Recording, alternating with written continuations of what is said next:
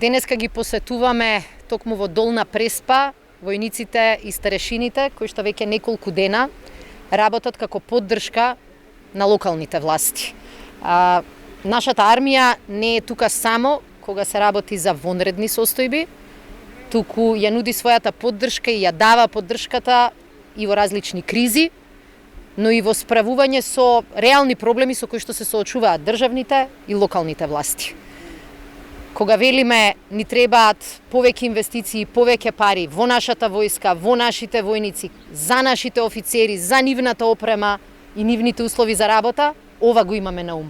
Тоа не го правиме за некој друг, тоа го правиме за себе и за нашите капацитети. Затоа што армијата навистина е институција која со право ја има највисоката доверба.